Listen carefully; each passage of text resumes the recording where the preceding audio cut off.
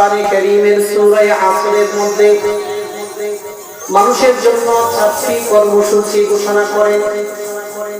বান্দা যদি 4 কর্মসূচি পালন করতে পারে, এই 4 কাজ যদি যথাযথ আদায় করতে পারে, আল্লাহ বলেন পৃথিবীর সমস্ত মানুষ ক্ষতিগ্রস্ত হওয়ার পরেও যারা এই 4 কাজ করবে তারা ক্ষতিগ্রস্তের ভিতরে থাকবে না, তারা সফল মানুষের কাতারে চলে যাবে। দুনিয়াও এবং সুন্দর জীবনে তারা উপভোগ করতে পারবে, পরকালীন জীবনেও কঠিন শাস্তি থেকে রক্ষা পাবে, কবরের আযাব থেকে রক্ষা পাবে, জান্নাতে সর্বোচ্চ মেহমান হিসেবে তারা আল্লাহর কাছে উপস্থিত হতে পারবে।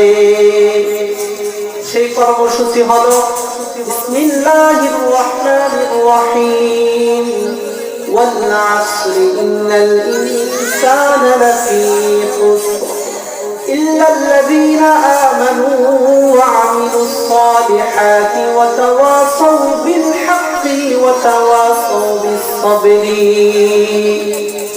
এই ছোট্ট সূরাটা যদিও 2 লাইনের, অনেক সংক্ষিপ্ত ছোট সূরা। আল্লামা ইমাম শাফিঈ রাহমাতুল্লাহি আলাইহি বলেন, আল্লাহর বান্দা বান্দীদের ভিতরে কেউ যদি এই 2 আয়াতের উপরে আমল করতে পারে, সে যেন পুরা কোরআনের উপরে আমলকারী হয়ে গেল। সুবহানাল্লাহ।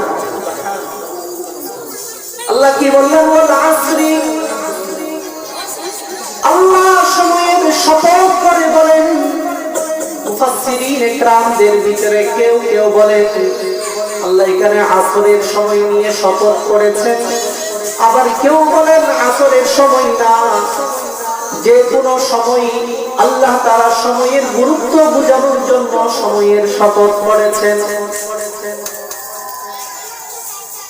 কারণ মানুষের জীবনে সময়ের চেয়ে গুরুত্ব আর কিছুই হতে পারে না। যেই সময়টা আমরা অতীত করে এসেছি, যেই সময় অতিবাহিত করে ফেলেছি, এ সময় আর কখনো আমাদের জন্য ফিরে আসবে না। আমার দাদারা বৃদ্ধকালে হাজারো যদি আফসোস করি, যৌবনকালের সময় যেমন কখনো ফিরে আসবে না। যুবকরা যদি তরুণরা যদি হাজারো আফসোস করে, ওই কৈশোরকালীন সময় কখনো ফিরে আসবে না। কিশোররা যদি হাজারো আফসোস করে, তাহলে শিশুকালের সময় আর কখনো ফিরে আসবে না। যেই সময় অতিবাহিত হয়েছে, এই সময় যেমন আর কখনো ফিরে আসবে না। যেই সময়তে আমরা অবস্থান করি, এই সময়ের যদি গুরুত্ব দিতে পারি, সামনের সময়কে যদি গুরুত্ব দিতে পারি, তবে আমরা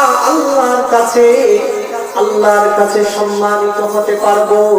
এজন্য আল্লাহ সময়ের শপথ করে বলেন, ওয়াল আসরি ইন্নাল ইনসানা লাফী খুসর। দুনিয়ার সমস্ত মানুষ ক্ষতিগ্রস্ত, দুনিয়ার সমস্ত মানুষ ধ্বংসের দ্বার প্রান্তে। তবে যারা ঈমান গ্রহণ করেছে, আল্লাহর উপরে পূর্ণ আস্থা বিশ্বাস, পরকালীন জীবনের প্রতি দৃঢ় বিশ্বাস স্থাপন করেছে, ইল্লাল্লাযীনা আমানু ওয়া আমিলুস সালিহাতি, ঈমান আনার পরে বসে থাকে নাই, ঈমান আনার পরে 5 ওয়াক্ত নামাজ যথাসময়ে নামাজের হক আদায় করে নামাজ পড়লো, যাকাত দেওয়ার সময় হলে যাকাত আদায় করলো, আর যদি হজের যাকাত হজের সময় হয় হজ করলো, যখন যে ইবাদত করার সময় হয়েছে ওই ইবাদতে নিজেদেরকে লিপ্ত রাখলো, ইবাদতের প্রতি মনোযোগী হলো, এরপরে বসে থাকে নাই, ঈমানও গ্রহণ করেছে, যথাসময়ে যথাযথ বেশি থেকে বেশি আমলে সালেহ সৎকর্ম করার চেষ্টা করেছে, ওয়া আমিলুস সালিহাতি ওয়া তাওয়াসাউ বিল হাক্কি, মানুষকে সব সময় সত্য পথের আহ্বান করেছে, সত্য পথের দিকে আহ্বান করেছে, সব সময় ভালো কিছু নিয়ে মানুষের কাছে আলোচনা করত, যাতে খারাপ থেকে বাঁচতে পারে। মানুষকে সব সময় ভালো কিছু উপদেশ দিতেন। আল্লাহ বলেন, আপনি যখন মানুষকে ভালো কাজের উপদেশ দিতে যাবেন, মানুষকে ভালো কিছু বোঝানোর চেষ্টা করবেন, তার ভিতরে অনেক সময় বিভিন্ন ধরনের বিপদ আপদ আসতে পারে, মানুষের পক্ষ থেকে তিরস্কার আসতে পারে, মানুষ খারাপ কিছু বলতে পারে। এসব কিছুর উপরে আপনি ধৈর্য ধারণ করবেন। এই 4 কর্মসূচি কোন বান্দা যদি পালন করতে পারে, আল্লামা ইমাম শাফিঈ রাহমাতুল্লাহি আলাইহি বলেন, সে যেন কোরআনের উপর আমলকারী হয়ে গেল। আমি আপনাদের সামনে কোরআনে কারীম থেকে শুরুতে যে আয়াত তেলাওয়াত করেছি এবং যে হাদিস পড়েছি, এই আয়াত এবং হাদিসের যে উদ্দেশ্য সেটা হলো, মানুষ আমল করে, মানুষ নামাজ পড়ে, রোজা রাখে, যাকাত আদায় করে, ছোট ছোট অনেক ভালো কাজ করে, অনেক সদকা আদায় করে, অনেক কাজ করে, অনেক সওয়াবের মালিক হয়, তার আমল নামায় অনেক সওয়াব হয়ে যায়। কিন্তু একটা এমন আমল আছে যে আমলটা মানুষ করার কারণে, ওই খারাপ কাজটা মানুষ করার কারণে, ওই খারাপ কাজে লিপ্ত হওয়ার কারণে মানুষের আমল নামায় যে সওয়াবগুলো সঞ্চিত হয়, যে সওয়াবগুলো চলে আসে, ওই ছোট্ট একটি খারাপ আমলের কারণে সমস্ত সওয়াবগুলো চলে যায়। ওই খারাপ আমল জানার দরকার আছে কি আছে? সে খারাপ আমলটা কি?